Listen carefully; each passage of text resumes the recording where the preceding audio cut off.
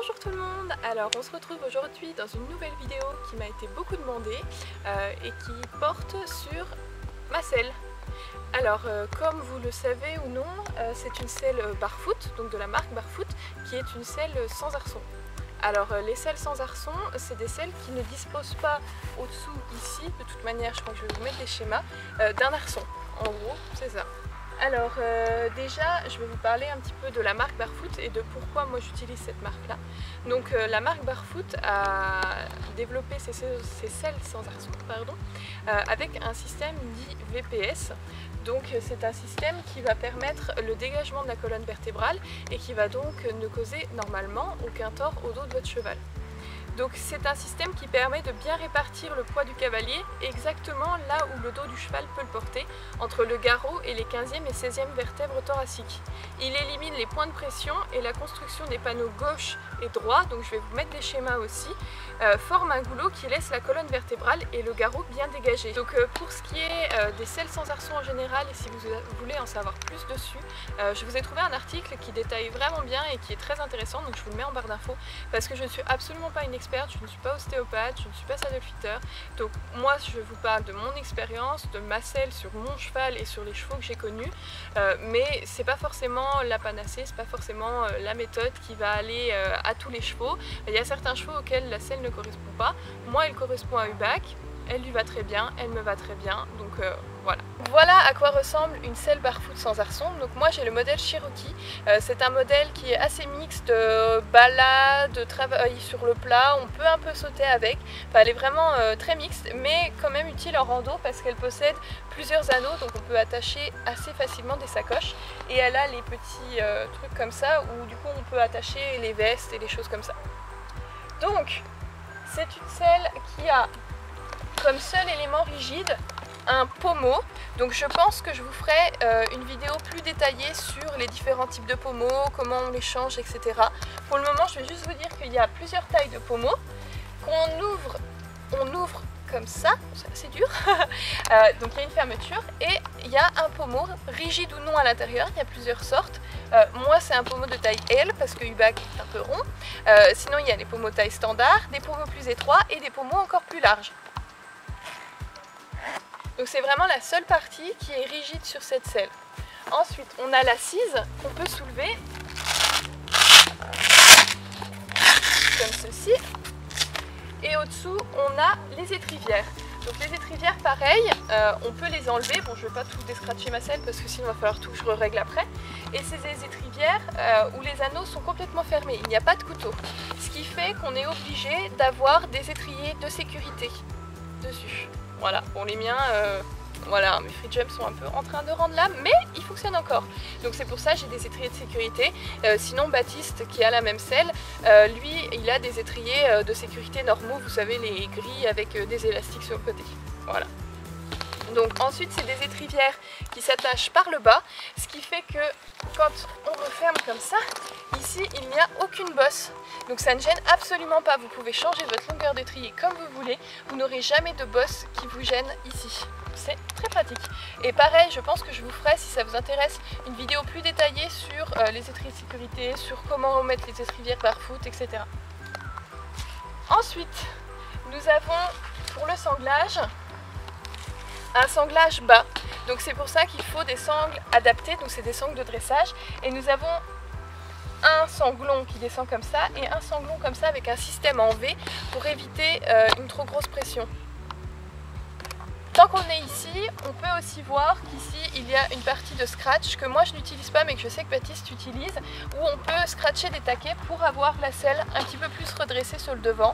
Mais moi cette matelassure là me suffit largement, mais je sais que certaines personnes préfèrent que ça remonte plus, surtout pour la randonnée. C'est, voilà, chacun fait à son confort, mais c'est amovible et c'est vraiment très beau. Alors pour cette selle, moi j'utilise une sangle qui n'est pas une sangle Barfoot. Pareil, je vous ferai une vidéo spéciale dessus parce que c'est une sangle déportée spéciale pour gros chevaux, enfin pour chevaux qui ont un gros bidon, et qui me convient très bien et qui a l'air de bien convenir à Hubac. Mais encore une fois, je vous ferai sûrement une vidéo où je vais détailler un petit peu plus. Mais sinon, si vous voulez savoir, c'est une sangle déportée Rossner. Voilà, je vous mettrai de toute manière le lien en barre d'infos, comme ça vous pourrez aller voir.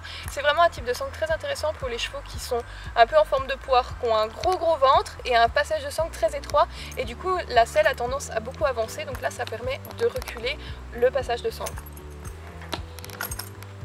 Alors voilà la vue du dessous, donc on peut voir ici ce qui est le système VPS, donc la gouttière qui permet de ne pas avoir de pression sur la colonne vertébrale et les deux panneaux sur le côté, et c'est vraiment quelque chose, pour moi ma selle est un peu vieille, hein. Je l'ai achetée en 2010 si je me trompe pas, donc voilà. Je peux faire rematelacer au-dessous, bon pour le moment il n'y a pas besoin, mais vous voyez c'est de la moumoute qui est sur les selles neuves, et ça je pense que je ferai aussi une vidéo sur les selles neuves barfoot, parce qu'il y a une grosse différence entre une selle neuve et une selle déjà utilisée, parce que la matelassure au début est énorme et on a l'impression d'être très loin de son cheval. Donc au début moi je n'avais pas de tapis barfoot. Hubac n'a jamais eu de problème de dos, mais c'est pas forcément conseillé non plus, parce qu'en fait le tapis va renforcer le système VPS de dégagement de la colonne, donc il va y avoir du coup double dégagement, donc là aucune chance d'avoir pression. Donc comme on peut voir, on a toujours ce système de gouttière ici, et on a des systèmes de panneaux pour ne pas avoir trop de pression et surtout bien la répartir. Donc en plus, moi il est vachement cool parce qu'il est grippant ici, nid d'abeille au-dessous, donc quand Hubac transpire c'est très pratique. Là au niveau de l'arrière, il est bien rembourré, comme ça je ne lui appuie pas trop, donc vous pouvez voir qu'il est bien rembourré. Et on peut aussi, et moi je les ai enlevés parce que l'été Hubac grossit un peu trop, mais je pense que je serai obligée de les remettre cet hiver. On peut aussi rajouter des panneaux en mousse à l'intérieur, voilà. Bon là je les ai pas sur moi, je les ai rangés, mais voilà. Et on peut l'accrocher très facilement à la selle avec les petits taquets comme ça, voilà, qui sont ici. Et maintenant je vais aller vous chercher Hubac pour vous montrer ça sur Hubac. Bon bah du coup moi je vous retrouve avec Hubac, que je suis allée réveiller et qui du coup est en train de boire actuellement. Donc je lui ai mis la selle, j'ai pas trop sanglé, pas autant que d'habitude, parce que je l'emmerde là, hein, donc clairement, voilà, tranquille. Donc je voulais vous montrer comment ça faisait, voilà, donc comment ça faisait sur le cheval. Donc, excusez l'embonpoint de la baleine. Donc pour certains ça peut paraître un peu gros, mais c'est vrai que bah, moi j'ai pris l'habitude parce qu'il a toujours eu ça comme selle, donc voilà, pourquoi pas. Et aussi à noter, quelque chose que j'avais oublié de vous dire, c'est qu'il y a deux tailles pour ces selles. Donc on change les pommeaux pour adapter au cheval et on change la taille de l'assise pour adapter au cavalier. Donc moi c'est une taille 1 qui correspond à des tailles de pantalon qui vont jusqu'au 38-40, aussi bien homme que femme hein, au final. Et ensuite il y a la taille 2 qui est plus grande. Par contre je vous conseille franchement, même si vous dépassez un peu le 40, de prendre une taille 1 parce qu'elle se tasse assez vite. Et moi au final la mienne, je fais du 36-38 en pantalon et je flotte un peu dedans maintenant qu'elle s'est tassée.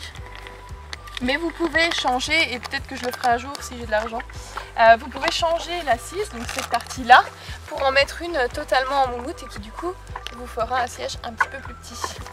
Voilà. T'en penses Doudou? T'aimes bien toi? J'espère que cette vidéo vous aura plu, aura répondu déjà à vos questions par rapport à la selle en globalité. Alors je sais que c'était pas très détaillé, mais sinon j'allais y passer des heures, donc je préfère vous faire plusieurs petites vidéos où je vais détailler chaque partie de la selle, les différents modèles, etc.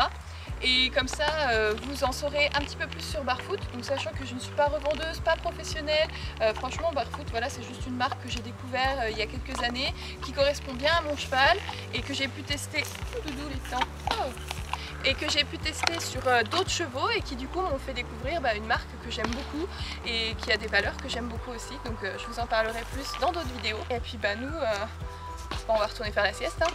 Allez, bye bye.